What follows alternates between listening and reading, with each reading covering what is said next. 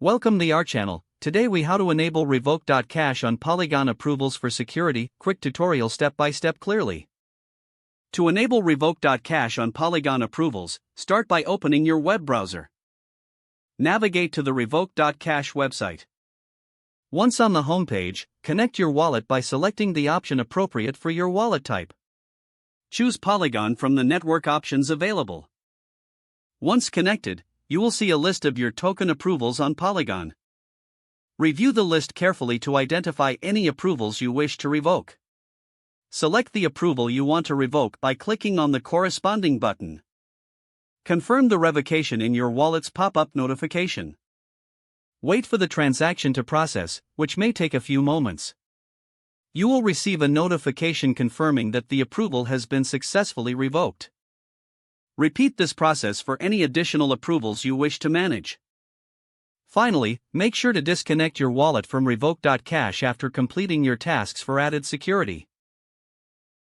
If the page does not load, refresh the browser or try again in a private or incognito window.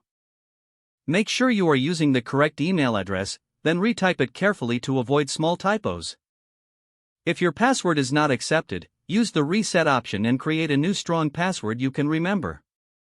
Check your spam folder for verification or security emails, then complete any requested confirmation steps. Enable two-factor authentication if available to improve account security and reduce unauthorized access risk. After signing in, review your profile details so your contact information and settings are accurate and current. If you see an error message, note it down and try again after restarting your device and internet connection.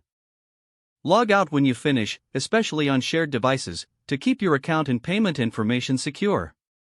If the page does not load, refresh the browser or try again in a private or incognito window.